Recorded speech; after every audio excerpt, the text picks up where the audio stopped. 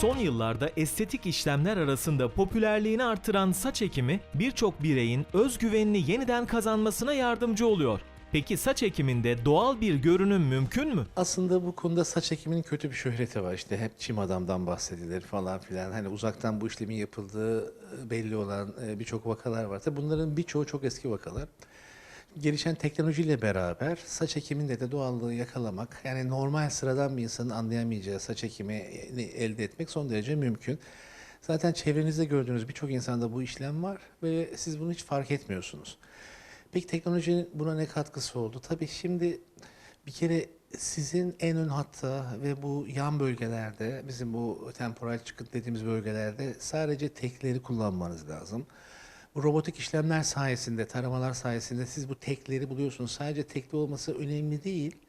Aynı zamanda bunun daha ince, yani işte bu donör bölgesinin bazı lokalize bölgeleri var. Oralardan alınmış tekler olması lazım. Siz bunu yaptığınız zaman hem ön hat hem de bu yandaki çıkıntılar, bizim temporal çıkıntılar dediğimiz bölgelerde hiç kimsenin ayırt edemeyeceği doğallıkta sonuçlar elde edebiliyorsunuz. Burada tabii tekli kullanmak, onun açısı, yönü ve sıklığı son derece önemli. Siz bunu artık yeni bazı yerleştirme aparatları da eskisinden farklı.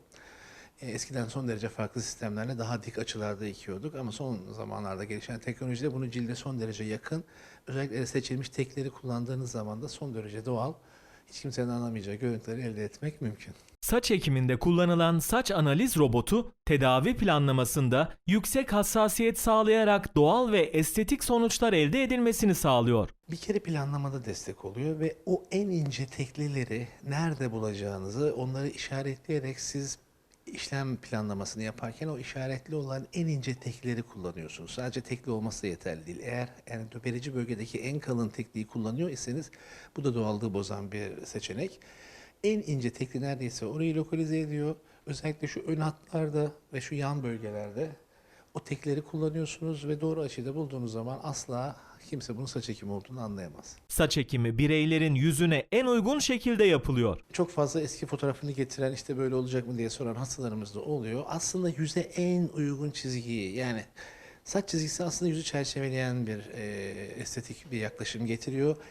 Siz o çizgiyi kullanarak insanın yüzünü uzatabilirsiniz, genişletebilirsiniz, daha köşeli yapabilirsiniz, daha yuvarlak bir hale çevirebilirsiniz. Aslında diğer estetik işlemler gibi siz saç çizgisini kullanarak insanın illaki orijinal saç çizgisine yakın bir çizgi yakalamak zorunda değilsiniz. Yüzüne ve yaşına daha uygun bir çizgi yaratabiliyorsunuz.